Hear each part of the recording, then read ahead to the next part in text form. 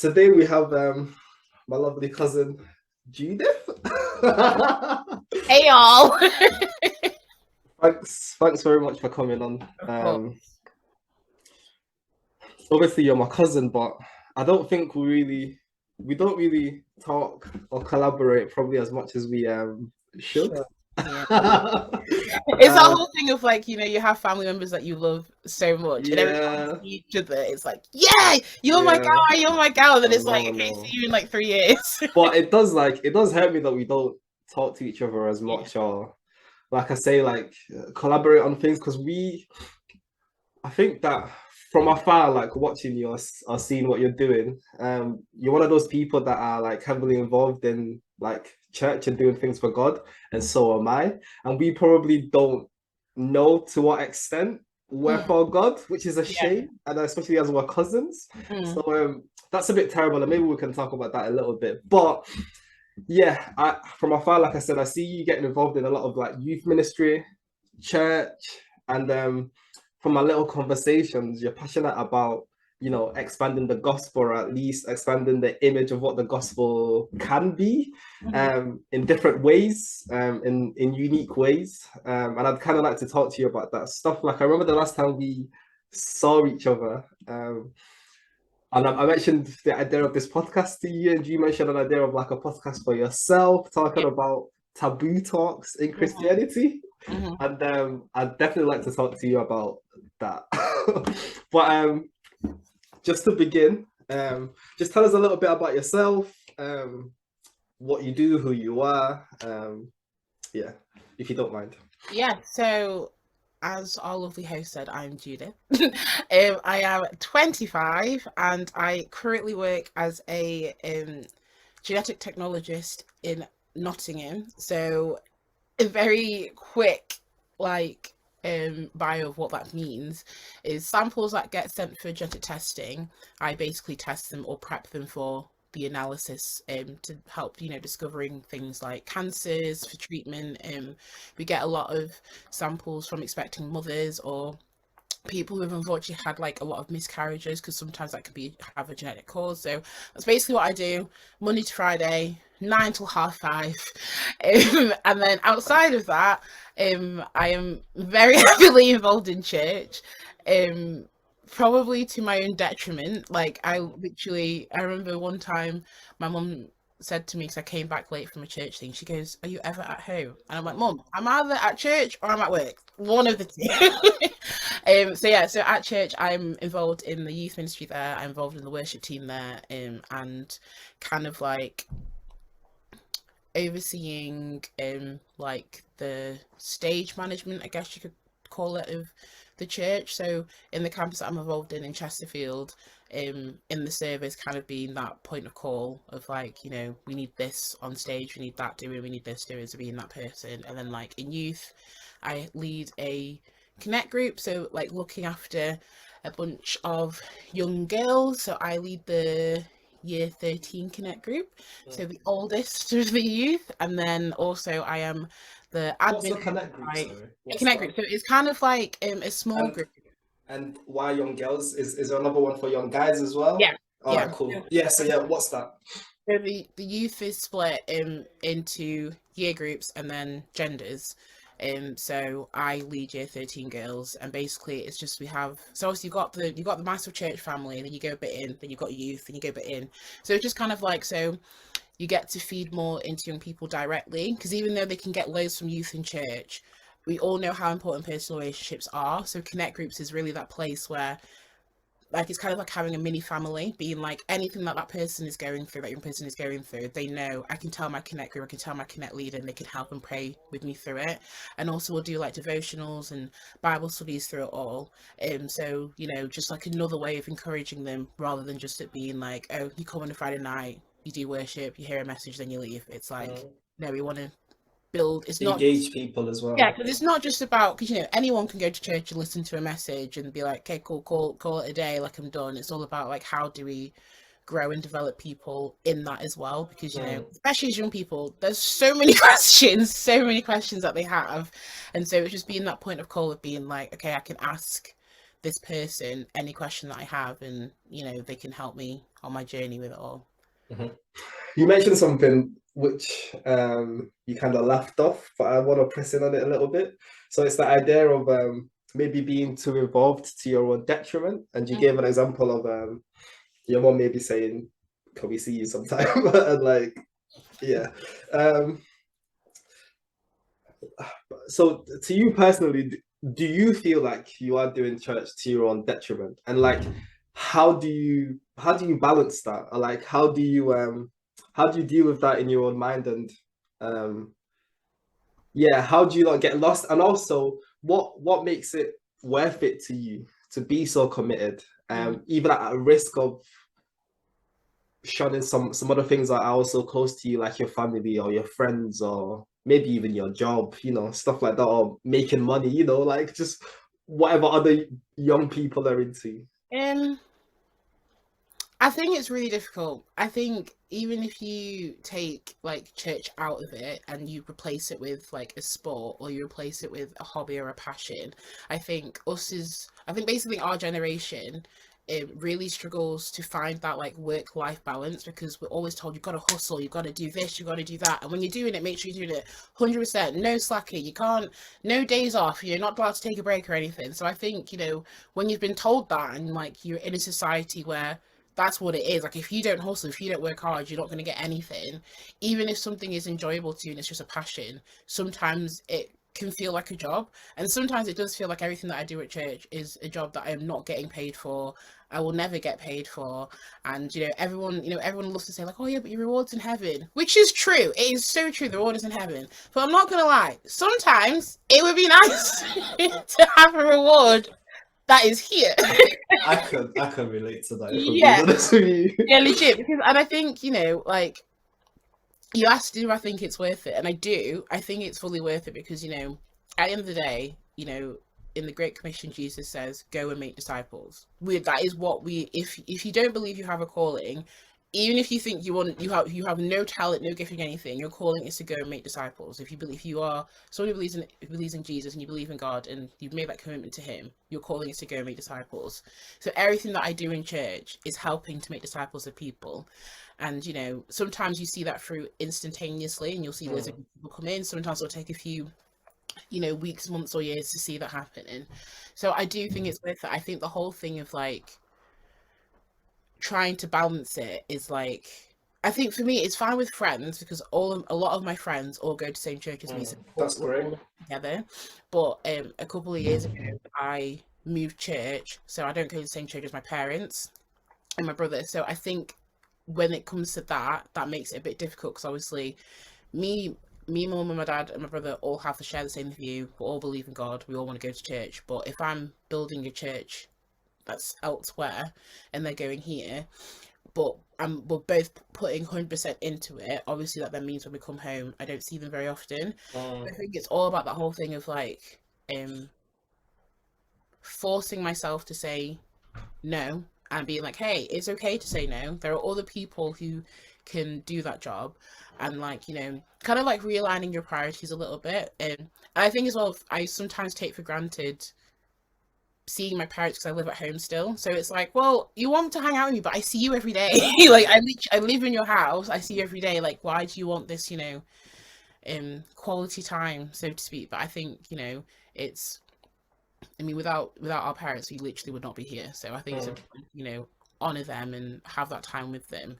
But yeah, I'm still trying to figure out how to balance it all. I'm not gonna lie. My pastor literally asked me this the other day, like, how are you balancing working and doing church? Because I don't work where I live, so I'm commuting to Nottingham every day. And so I'll leave home at like 7 to get to work, and then I'll finish work at 5:30, so probably won't go back to Chesterfield until like 6:30, 7:15.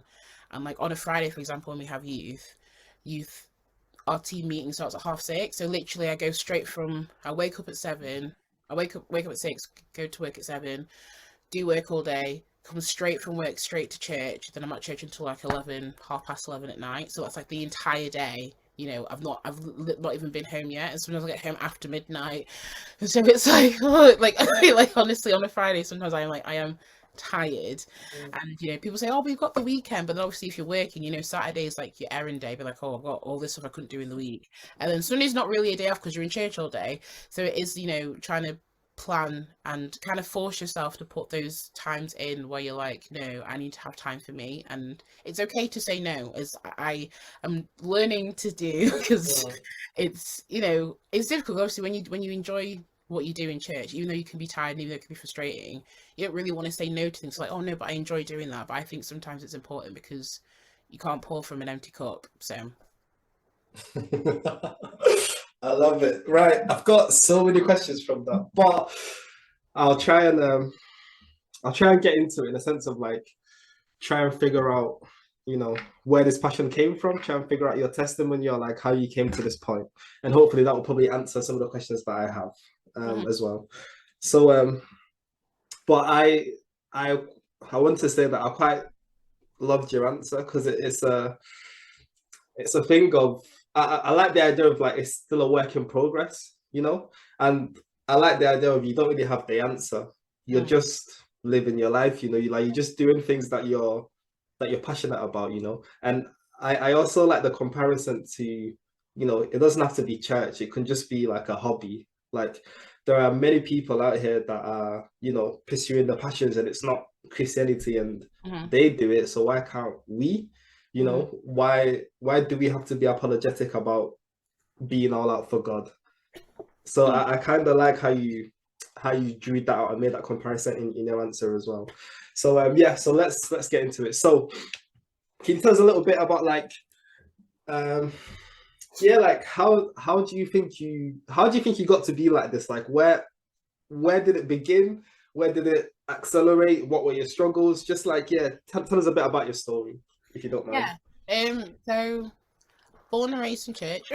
Literally all I know, you know, remember, you know, going to church from a very young age. And then when I was 10, our family went through something quite deep. Like my dad became very, very ill. And so that's when I like first started questioning my faith, being like, well, if God is real and if I pray to God and if God loves me, why is my dad sick? And why, even though I keep praying and we keep believing, like I'm 25 now, it's 15 years on, and he's still not healed. It's like, why not? Like if God loved me, why wouldn't he have done this? So that was like kind of like the first time where I was like, I don't know about church anymore. Maybe I don't go. But my mom is my mom, and that was never an option. That was never an option. She was like, no, you would, like if I'm going to church, you're going to church, and that's like always been like the thing. And then at that point I'd like started to get like a little bit into singing in church, but like not like every so often, kind of like I would have done like the Christmas stuff or stuff like that. And that kind of like, you know, was bubbling a little bit. So like my passion for music kind of got intertwined with church. That was like the first time when I was about 11 or 12. And then I was doing youth at church, at the church, at my family church that I was going to, you know, on the worship team then, you know, helping them build that. I started doing worship on a Sunday morning as well. And at the same time, I got introduced to the church I go to now because they did a youth program. And it was so different to the youth program that I went to in my family church. And I think that was just due to the fact, like, you know, different churches will do things differently. So it was just like a different way of how they were doing, you know, youth. And I was like, oh, people jump in church? What? That's crazy. Like, you know, like I don't understand like what's going on. But it was fun and I enjoyed it. So, you know, we kept going and everything. And it was just kind of like the messages that I was hearing were just really, really speaking to me. And I remember like at 16, like making that decision for myself and be like, yeah, cool. Like I'm all in for God. This is my thing. What made you make that decision? Because I'm sure it's not the jumping in the church that made you make that decision. No, I think it's just like at that point, like everything that because I think at that point I'd probably been going to the youth group for at least like 2 or 3 years. And it wasn't like I didn't believe in God. It was like, yeah, but it was kind of like the whole thing of like piggybacking off my parents' faith, like it wasn't like my own. But like when I returned, like literally just something just clicked, and you know, I felt it so deep within like my soul and spirit, but like, yeah, no, like this is real. Like, you know, the stories that I would hear as a child and that I'm hearing in church and in youth, like that's not just, you know, the ramblings of some people who, you know, thought they saw something like, no, this is true, this is real. And I think it was just something that I just really felt in my spirit. And I think, yeah, I can't like really pinpoint like, oh, it's because I heard this message or that. And Yeah, no, that's absolutely fine. That's I think okay. it literally was just like, yeah, there was just a point where I was like, yeah, no. And I just remember crying. I remember my dad making a really funny comment because, like, I think before I made like the actual decision, there were many weeks where like God was just really speaking to me. And I remember one time he picked me up and I was like just finished crying, whatever. And he goes, why every time am I picking you up from this place are you crying? Do you like Oh. it or do you not like it? No, I do. I do like it. I'm just going through some stuff, Dad. Like, God is cleaning me out. That's why all these tears are happening. What was life like outside of church? Maybe like through school, high school, college, that kind of stuff. So it was really difficult. I'm quite. I know right now because we're doing this, and I seem very extroverted, but I kid you not, I talking to people is like my worst time. I'm very introverted. I get a lot of my energy from just being by myself and like being in my room and just chilling or whatever. So I found school really really hard, and I think as well like me being really quiet didn't help, but then also like the race that I am also didn't really help because I was different, but I didn't realize I was different until people pointed it out. And like I got bullied a lot in school, and it would be that whole thing of like if we need an extra person for a game, or Judith can be there, but if we're fine for a game, we'll just leave Judith by herself. I found it really hard to like relate to people who were my age. So I was always like making friends or like hang out with people who were like in the years above me or the years below me. Because I was like, anyone who's my age will not accept me, will not want to be my friend or whatever. And then I had to change schools because my school closed down, and then that was also difficult because it was like I'm going to a new school with people that I already know, but they don't accept me. How do I know that people here are going to accept me as well? So that was really difficult to try and navigate. And then at the same time, that's when my dad became ill. Like when I was I was in year 6. So having that whole thing of like and it seems such a long time ago saying like your SATs, but those exams at the time were like the biggest thing ever that you were going through. So having dad being ill and then doing your SATs and not really feeling like you have friends or anywhere was really really difficult. And then going into secondary school, I was just kind of like I don't know what life is. I don't really know what I'm doing. I'm not really enjoying life. I used to think as a child that like crying myself to sleep was a normal thing. Like for every child kind of thing. Yeah. I generally just thought like, oh yeah, this is what every child goes through. It's fine, whatever. Like I shouldn't complain.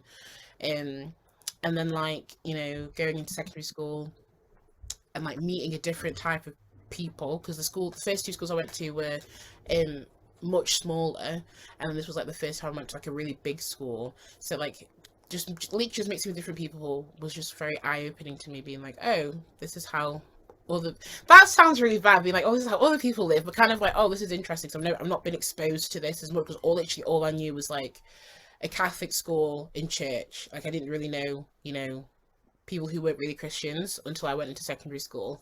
And then like getting exposed to things like pornography and swearing and all of that kind of stuff, then getting mixed in with that. And that was like the first time that I kind of felt like I belong, because you kind of feel like, oh, if I do those things, or if I subscribe to that, they're going to accept me, so then I've got friends. But they weren't really friends. It was like I mean, hindsight is a great teacher. Hindsight's a great teacher. But yeah, so kind of like going through that, and then like still struggling with my dad being really sick, and that really affected my mental health. And so like things like depression, anxiety became more to the forefront than probably what they were before. And then like thoughts of self-harming, suicidal intention also came in. At the same time, I was struggling with a porn addiction, and all of like just all of life kind of just being that way. And I think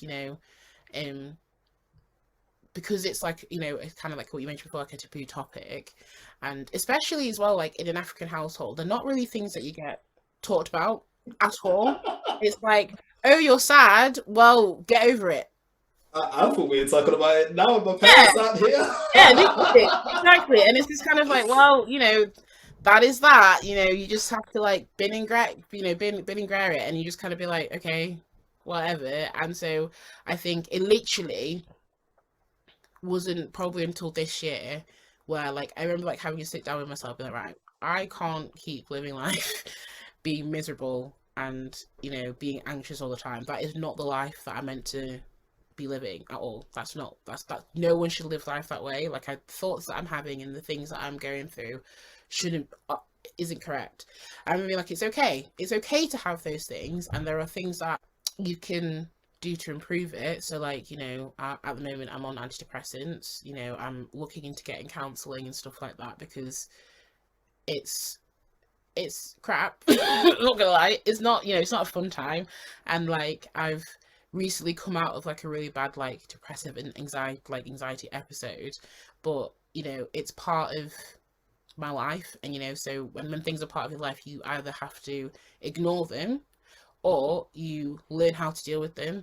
And obviously, especially there's been more and more mentions of people struggling with mental health and with suicide and stuff like that. And like, not that I'm trying to make it sound like two-dimensional, but I don't want to be another statistic. I don't want to be another girl who succumbed to her demons and committed suicide. Like, I don't want to do that. And I want to help other people who feel that way. And I feel like it's something that is like people are talking about it a bit more, but I think especially like I mentioned again, like with my parents, it was a very difficult thing to be like, hey, I'm really struggling with this and I need you to help me, because they'd be like, oh, but you've always been happy, like you've always been smiling. And it's like, yeah, because I was good at hiding it. And I think one thing that I learned, especially when you're really young and something like your dad becoming ill, is like everybody's like, oh, are you okay? And they kind of treat you with kid gloves. And I was a kid at the time, but when you're 16 you don't be treated like a 10-year-old. So I got very very very good at hiding my emotions and hiding how I was truly feeling, because I don't want people to be like, oh, are you okay, like is everything all right, and like treat me like I was a child. And so when I then started to like try and explain to my parents, being like, hey, this is what's going on, they were like, we are so confused because you've never expressed this before, you've never really shown that before. And it was like, yeah, because I was just hiding it the entire time because I didn't want people to pity me, I guess. And I think that's like a whole another thing that comes along with having that kind of stuff. So you said how like your parents didn't know, but how about your friends? Did your friends know? Did you talk about it to your friends? So you literally didn't talk about it to anybody. Literally, I know it was just something that I was just like, well, this is that. Why? Why is that? I think because it was like, especially at the time, like when I was like 11 to 16, I didn't know what depression was. I didn't know what anxiety was. Anything that I was feeling, I just thought was normal because I didn't know that there was, I guess a word for it. So I was like, well, I just have these moments where I feel like everybody hates me. And I would I would write, it's not funny, but laughter is a great coping mechanism. I would write these like long letters, literally being like, my life sucks, everybody hates me, I have no friends, I have no purpose in life, blah blah blah. And I'd feel it. And like the next day I'd be like, and like I show my parents everything. I literally would give like the letter to my mum and dad, and they'd be like, what is happening? Like, what, are you okay? And I'm like, oh, no. And then the next day, like, oh yeah, me and my friends did this. And mum would be like, but you literally were saying yesterday that you didn't have any friends. So so I think for them as well, they were like, what? We don't know how to navigate the situation because one day she'll say this, but then like the next 6 months she's fine. Right. So it seems like you gave them hints at least. Yeah, I think again, like the whole time in my mind, I was like, this isn't fully correct. I don't think. I'm gonna try and do something about it. But then I started to feel the pity, and I was like, no, I don't like this. I don't want to be pitied. So I'm fine now. How do you think you would have benefited most in terms of getting you out of that cycle? Because I think you said that it kind of like it still goes on now. So for the last 10 years, yeah, it's something you've been dealing with. Back when you were a child, how do you think you would have been best helped for the rest of your life, for the rest of those next 10 years? I think just as a rule of thumb, Yeah, and this is a PSA to any parents or anyone who looks after children or anyone who yeah. wants to have children in the future, is you have to make sure that when that child comes into their home, that that Mm, is a safe place for them to express any and all emotion. mm. If a child has that and they feel safe to express their emotions, they're more likely to talk about what they're going through. I mean, I'm sure, growing up as well, that like if you've done something bad, you've done something naughty, you're scared to go home. I Because mean, I the mean, consequences are even coming. saying something naughty and bad even justifies it a little bit. Just Yeah, sometimes it doesn't have to be bad or naughty, just yeah. doing But like, something. it's that whole thing of like, if you've done something wrong and you need help with it, it's like, oh, I don't think I can go to my parents because, they're just going to shout at me. They're just going to tell me off. And it's like, I think children need to be aware, and children need to know that, actions have consequences, and sometimes those consequences aren't good and they need to be, reprimanded for them. But I think if home is a place they feel so safe that they can be like, hey mum, I feel like this, and instead of them being like, no you don't, or like whatever, being like, okay, I hear you, it's okay to feel like that. Let's explore what's happened for you to feel like that. Let's explore why you maybe feel like that. Let me give you some tools and resources to help you navigate that in the future, because children are literally like sponges. I really feel like sometimes people don't um realize or understand how um absorbent and how observant children and how resilient children are as well, because like you spend the first 4 years of your life with your parents, and then you're shipped off to a random place with random people that you've never met before. You've got to stick with for the next like 7 years, and you're like, what? Like, how am I meant to navigate? How am I meant to navigate that? And I think the tools that you learn from home, and obviously children will hear, like, when your parents argue, they'll try and do it in hushed tones so then the kid doesn't go to school and start screaming or hitting people or whatever. But I think, yeah, just creating that really safe space for children at home to be able to just express feel freely, and also having that, like, and I know this is like the more difficult part of it, because you don't want to, as a parent, you don't want to become your child's friend, because Do you know?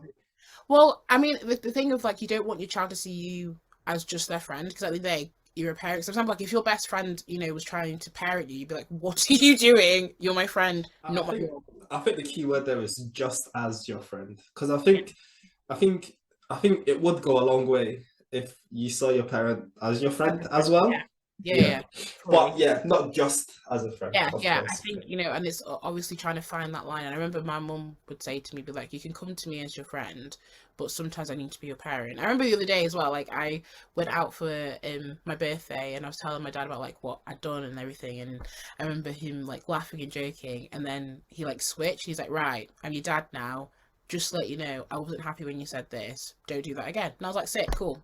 That's fine, because and I like, me and my parents have gotten to that point now where we're friends, but they're my parents. Like, No, that's great. I can tell them pretty much nearly anything and know That's that good.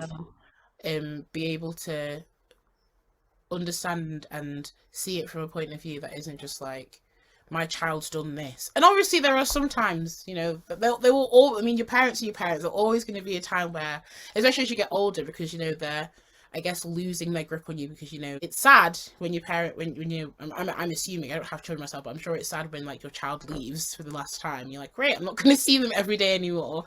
So obviously there's going to be things that they might say or do because they're still trying to gain control. But I think I've gotten to a good point with my mum and my dad where they're like, they'll say something. I'll be like, right, I understand you're saying this as a parent, but I'm also trying to tell you as well that at the age I am and at the stage of life that I am, no.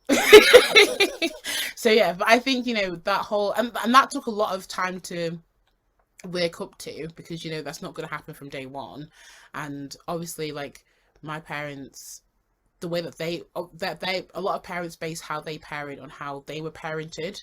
So if your parents, when they were growing up, were only told to hide their emotions and you don't really talk about emotions, why would they then do that with their own children? Because they don't, in their minds, it's like, that's not how you would parent. They're like, oh, I turned out fine and blah, blah, blah, and all of this. So, but I honestly do think, in the future, one thing that I'm conscious of when, like, I'm working with young people, even when I have my own children myself, is just making sure that I am a safe person for them to be completely open and vulnerable and honest to, because without that vulnerability and without that openness, you can't help anyone. Like, it literally be like if you're ill, you go to the doctor, and the doctor's like, "What's wrong with you?" You don't tell them. That doctor ain't gonna help you because they don't know how they're meant to help you. So yeah. Let me ask you this, yeah. What do you wish you could have told your parents back then? Ooh. And also maybe what do you wish you would have heard from them as well? Hmm. It's funny because when I was a child or when I was like younger, I'd like if you'd asked me when I was like 16, I'd have an answer for you right straight away. I'd be like, I wish they did this and I wish they did that. I'm trying to get 60. I'm trying to challenge, channel 16-year-old Judith right now. I think what I wish I told my parents was how serious it was because I feel like because of everything that was going on at home, I didn't want to then add another burden to them. But like I was 16 contemplating suicide. Like that's how serious it was. And I think, if they had known how serious I was really like how badly I was actually struggling, I think they probably would Yeah, but like more. struggling with what exactly, like, because like what do you wish you could have told them? Basically, that I was suicidal. That I just didn't want to be alive anymore. That like my depression, anxiety was that bad that I just did not think life was worth living anymore. That I wish that I had the courage to say those words. But I think as well, also at the same time, it's scary. Like even now, even though I don't feel that strongly about it, as in like today's a very good day mental health wise. Like I'm in a very good place, but that's still a scary thing to say because it's very scary to say out loud that you wish you weren't alive anymore. That's deep. That's really deep. And so I think, the fear of, and also not knowing how they would react to that, because obviously I can't even imagine what it would be like to have your child that you've cared and nurtured for however many years to that point to tell you to your face, I don't want to be here anymore. I don't want to exist. Like I have no idea how they would have responded to that. But I think one thing that I wish that they had said to me more, it's just like like the little things of like I'm proud of you, I love you, like I want to be around, like just kind of things like that. Like, and they did. It's not that my parents never told me that they loved me or they were proud of me, but I think I just needed it more because of how much because of what my depression, anxiety was telling me. It was like no one loves you, no one cares for you, which obviously isn't true. But I think because and I think I honestly just think that's just African parents. Like they're very loving, but it's not like it's not very what's the word I'm trying to think of? What's the word? It's not very it's not very public, as in it's not full on. Like a lot of other like families, you'll see like the parents will hug and kiss them, and I'm like, ew, like what are you doing that? That's so weird. But like my dad today, like I'm like I love hugs. My family on the other hand aren't like massive hug is. They're like anytime I ask for a hug, they're like, like oh, here we go again. So like today he was like teasing me, being like, yeah, but if I like pinch you, that's like a hug. And I'm like, it's really not. But I know for him, that's his way of showing his love. Be like, he's joking about it. And like after we had that conversation, he came and like gave me like a little pinch on my arm. And I know that was him showing like his way of loving me. And I think, it's hard for a child to understand that, I think, because, children are very self-absorbed, not like in a bad way, but kind of they're trying to figure out life because they have no idea what's going on. That it's hard for them to think of like their parents. But I think as you get older, we understand like, oh, I kind of get now why my mum and dad say this, or I kind of get now why my mum and dad did that because life out here is hard. I get it. I get why they're saying that. But like when you're like 16 or when you're like 11, you're like you have no idea what experiences are on the outside world, so it's harder for you to be like, oh, I understand what my parents are going through. Right? Yeah, it's harder for you to like rationalize it or Yeah. maybe make it make sense. Yeah. Right. By the way, please let me know if you don't want to like get into Oh things. no, honestly, like I am But so open about this. I'm so open about it because I think it's important that people hear. I do as well, and that's why I'm like asking the questions. But I think reading between the lines of what you're saying, it's also a thing of just a child needs to feel like they're being listened to. Fully, yeah, fully, I think pretty much. yeah.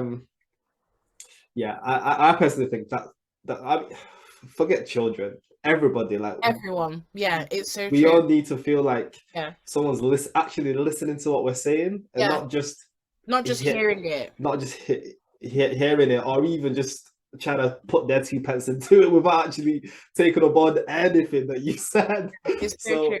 So It's really funny because it's like you think, especially when you're older, you think, oh yeah, no, but it's fine. But it's like when someone truly listens to you, it's really because like not that you put them on a pedestal, but you're like, oh, that person's great, and all they've done is just listen to what you've had to say and be like, I hear you, and I'm it's going to like, try and help you or whatever the situation is. it's also that thing of like being seen. Mm. Like everyone kind of wants to be seen. Like nobody wants to be an invisible. That word, invincible and invisible, like it's a weird thing. But nobody wants to be invisible. Yeah. Is that the right Mm-hmm. one? No, nobody wants to be. Yeah, nobody wants to be that. It's a lonely place. Mm-hmm. It's a sad place. It's not a good place to be, and it can lead to what you mentioned, basically. So yeah, I personally think listening is a huge thing, and reading between the lines of what you said in terms of creating a safe space. What you mean, what you're talking about there is also like being listened to. Mm-hmm. You said that it's a scary thing to say out loud that you want to Yeah. kill yourself. Yeah. Very true. But as true as that is, it's also a powerful thing for you to say that you want to kill yourself.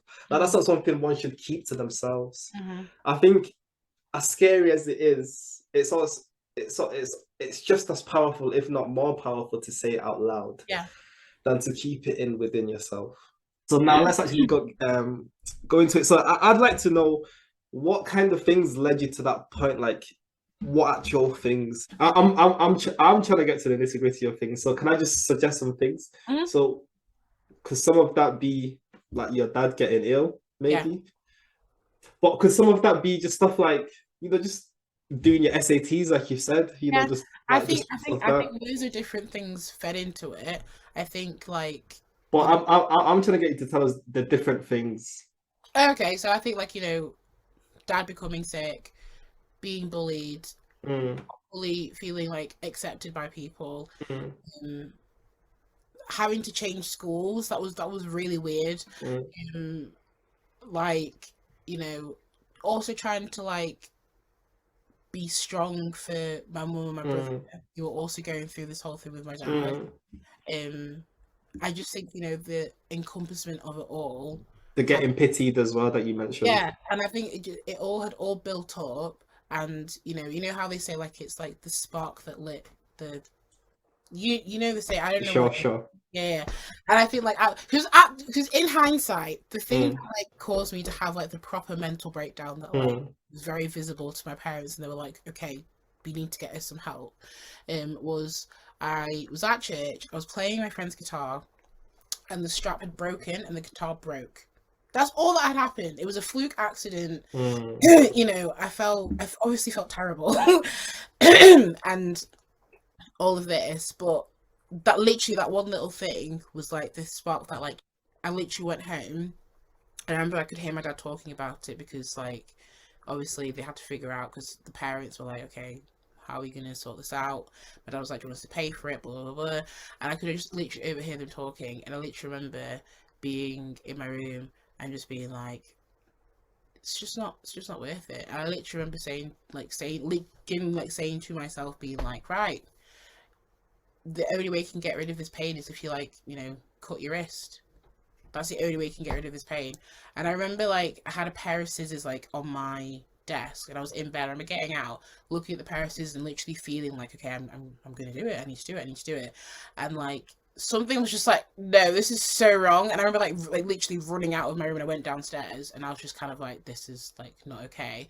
And then my dad had happened to call me after that happened, and I just broke down, and that was like the thing that highlighted to them like, okay, something isn't right. Like something isn't right. Like what? Because like again, like why is if you're just taking like the incident with the guitar, why are you so upset about it? Like why are you like? Because I was like uncontrollably like crying, shaking in my parents' bedroom, and like if you think about like over a guitar, like what? Like but like obviously then and at that time I wasn't ready to, or I didn't fully understand or comprehend that that was just like the spark that lit the thing with everything that's like had gone on, and I wasn't in a place where I could be like, oh, is it because I've been bullied? It's because I don't feel comfortable. It's because, you know, dad was ill. It's because I feel like I have to put up this front. It's because I feel I have to do this. I wasn't in a place where I could comprehend. Right. So I do kind of want to talk about, like, do you know, like, you mentioned something about like the fact that you were black, and like, I want to talk about stuff like that, you know, like bullying in school, and like, Yeah. what form that can take. Like, what form did that take for you, and like, how did that make you feel? And Yeah, that's so it wasn't necessarily all racially charged. I just yeah, remember yeah. the first incidents that I can fully remember of me being like, I guess, picked on or like isolated from other people was that I was called Judith, and that's literally, and you can laugh, it's okay. Kids are rude, you know. Kids are actually rude. Oh I'm my not joking, goodness. honestly. Kids are Oh, savage. that's Bearing in terrible. mind, I was That's 4. I was terrible. 4 at this point. Like, I was just like, what is happening? That's Um, terrible. oh, do you know one thing that's really interesting, which I think is which I found interesting with trauma responses and how we deal with the trauma of our lives, because at the time, I think this was 2018, I'd gone through had like a really massive, like, another mental breakdown, and my dad was like, right, you're getting therapy, like, you need to go and get yourself referred because this isn't correct. So I was hiring therapy, and I remember my therapist at the time was asking me questions about my childhood, and I mentioned this, and she stopped. And she like stopped. So I literally was like, "Oh yeah, they call me Judith, blah blah blah," and like carried on with like whatever else was going on. And she was like, "Wait, let's go back to this." And I was like, "Why?" And she was like, "Because that's racial abuse." And I was like, "No, it's." I literally was like, "No, it's not. What are you on about? You are crazy." She's like, "No, Judith, that is racial." And I literally, she's had to spend like 10 minutes trying to convince me that that was racial abuse, because I was just like, "No, it's not." And I think it's interesting how we, even in that, like, even at that point, like, I was like 21 at the time, I think, that time, even then, I was still trying to protect 4-year-old Judith by not allowing her to understand the gravity of what that name meant and what that was meaning about what they were calling me as a black person. Other side to the whole race thing as well. Chesterfield, especially at the time when I was growing up, was very white. I also went to a private school, very white. I was the only black kid in my entire class, and then in the entire school, there were only 3 black children. Me being one of them, the other one being my brother. So like, it was like the like it was like generally the first time where, like, you know, and I was really really young, so it was the first time of like actually understanding that, oh, like, oh, not only am I different to these people because of whatever else, I'm also different because I have a different skin color, and like actually having to deal with the gravity of that, and then just kind of feeling like really left out in school. But even like when, and this will be surprising to you, but even when I would go visit you guys as well, feeling really left out then because I didn't know the language, because I don't speak it. So I was like, well, I'm too black for school and I'm too white for my family. So what am I? What is going on? What is happening? What is life? What is happening? Because I was just like, well, where do I belong? Where do I belong? I'm too black for school. I'm too white for my family. What is life? What is life? Do you know, it's funny, yeah, because when you told me your like testimony, or like how you got to have your faith, it was all church based, you know. And but now we've brought to light so many things about, you know, like your mental health and the things that you struggled with. Maybe a bit of a cheeky question is like, how do you merge? How is it possible that a passionate Christian can be so depressed? You know, how do those two things mix? I remember seeing something the other day, which, and I apologize because for 2 reasons. One, I'm probably going to butcher it because I can't remember it fully, and 2, it is very cheesy. Like, we're talking like ultimate Christian cheese. So I apologize for Bring it on. this. That's Bring it on. about to come. But it was it was something like, oh gosh, it's so cheesy. It was something like the reason why. Is like the reason why some people have to go through like the biggest battles is because sorry. I shouldn't laugh because it's not. But it's so, Is this with great power comes great responsibility kind of it's thing? like that kind of like, yeah. It was kind of like, yeah. The reason why the devil's giving you the biggest issues because he knows you're such a, like a warrior for Do you know God. what? Can we Like, pause there, oh, Judith? Can we pause there, Judith? This is not something to be laughed at because that is actually no, very true. it's very true. It, Yeah, it is very true. Like I believe that, like I strongly believe. Look, I've also gone through like low moments in my life and like loneliness and like the whole like struggle with porn and stuff like that. And even I can relate to you with the whole identity crisis thing, like not fully belonging to like the black crowd or the white crowd and just like not the idea of not being fully accepted for who you are.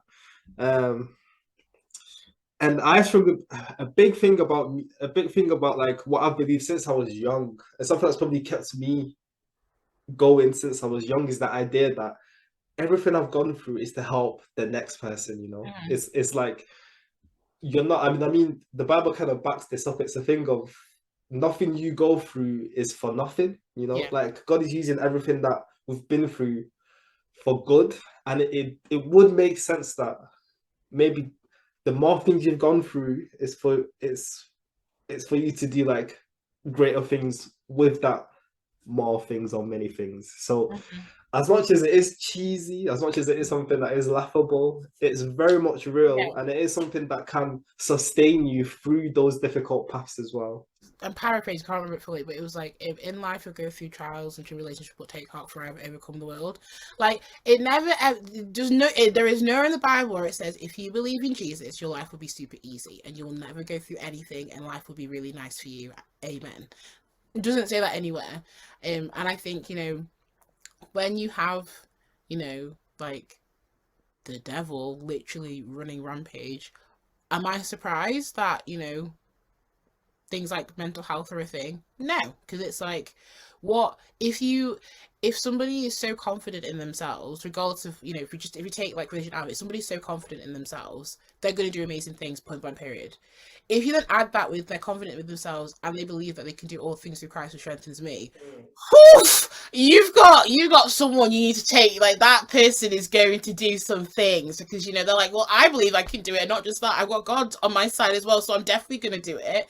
So am I surprised that he's like, well, why don't I attack that then? I'm going to attack the fact that, like, sure, yeah, you can believe God's on your side by all means, but you can't do anything. Why would God pick you? Why would God pick you to do it? Because you can't do anything. Sure, I can do all things through Christ who strengthens me. Are you sure Christ is the one who's strengthening you? Are you sure you believe that?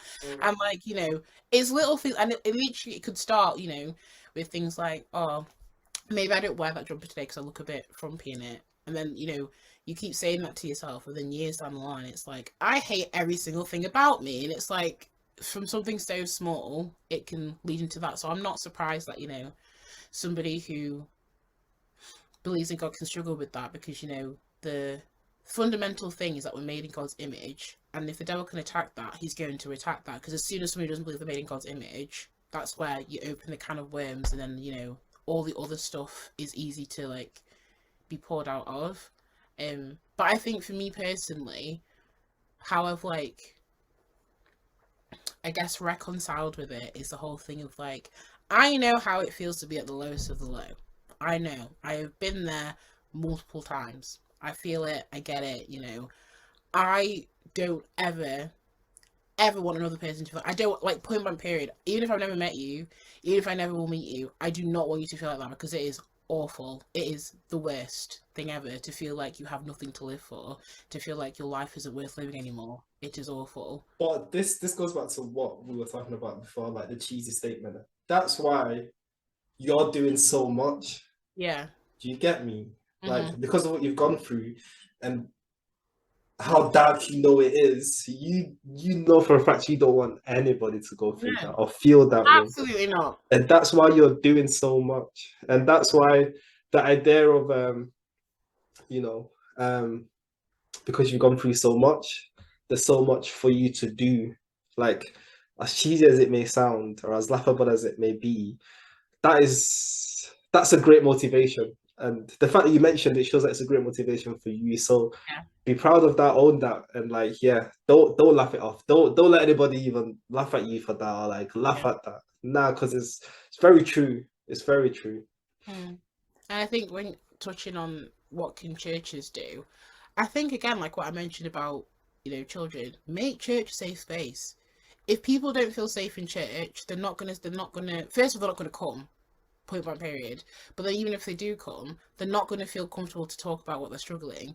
And, not to plug my church or anything, but one thing that we are doing, and one thing that we've been implementing for the past couple of years, is that we have this charity called the You Matter movement, and basically it's empowering young people to be like, hey, listen, we understand that people go through stuff, we understand you have mental health, but we want to help your potential, because you matter, basically.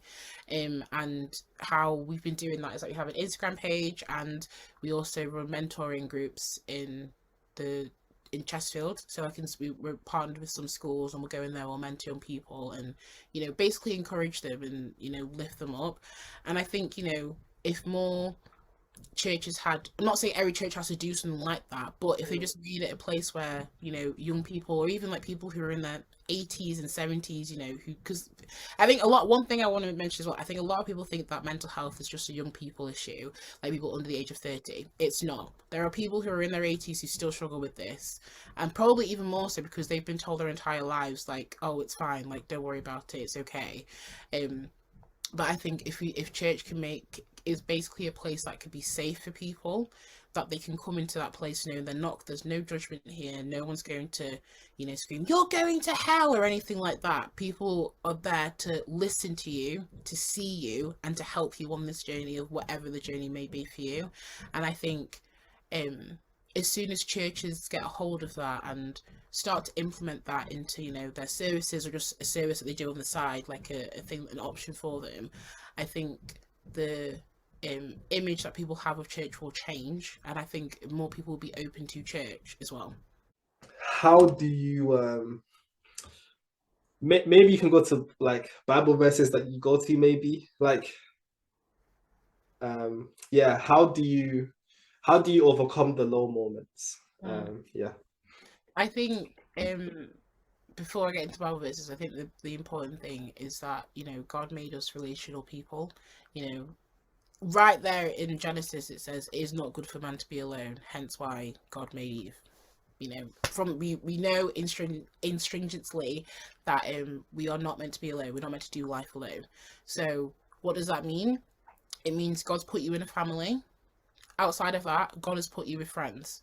And I think those are the two things that help me get through. Like, me and like my brother are very close, and I know I can talk to him if I need to, if I'm struggling.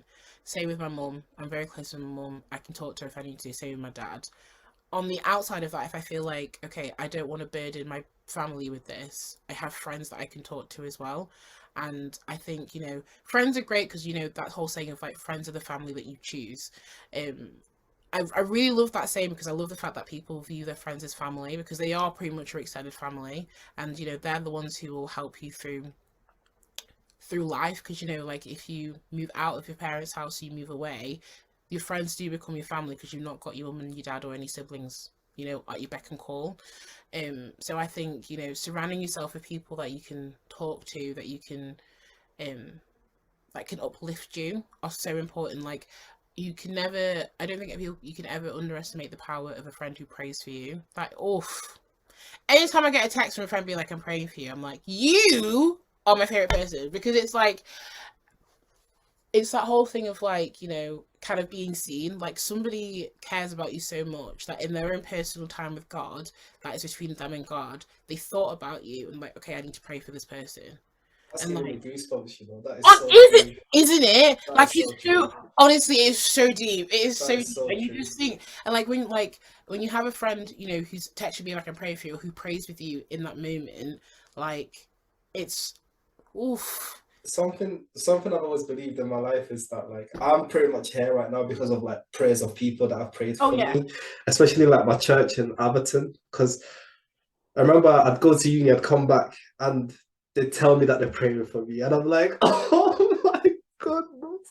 I know for a fact it's because of you guys that I'm the way that I am. It's your prayers. Obviously, like your parents, like when you wake up and you see your dad praying, like my dad praying, and like all these people. And yeah, sometimes when my friends tell me that they're praying for me, like when someone wants to pray for me, it's literally the best thing you could do for me. It gives me the most joy. So I agree so much with what you've just said here. Yeah. And I think, it's that whole thing of like, your friends care for you, obviously, because otherwise you wouldn't be friends with them. But I think, there's a deeper level of care when somebody says those words, I am praying for you, or I am thinking of you in that time. Because I remember one time I was having, going through it, and my best friend, she, bless her heart, she wasn't like praying out loud, so she always prays really quietly. But I remember being in a house and like I was just like, I'm really struggling, and everything. She goes, okay, let's pray. And she was praying out loud, and like it was just, that was really, really special, because I'm like, I know that makes her feel uncomfortable, even though it's me. So the fact that like not only is she praying for me, which is amazing, the fact that she's willing to break down her own personal insecurities and pray for me out loud, and kind of like, like speak and prophesy the words she was saying over my life, was just really, really like special. Being like, okay, cool, you're a good one, you're a good person, You're a good egg. You're a good egg. That is so true. That is so true. Yeah. And like a Bible verse that always gets me through, my favorite Bible verse ever. Actually, is it up here? Oh no, I think it might be in a drawer somewhere. One year my friend wrote it out really nicely, so I was going to show it, but I think it's in the mess that is being hidden from the camera. That's fine. But it is Joshua 1:9, which is, for have I not commanded you, be strong and courageous, for the Lord God is with you at all times. And I think the reason why I love that verse is because at that point in the Bible, it's not the first time a verse similar to that has been said, because as you can see in Isaiah as well.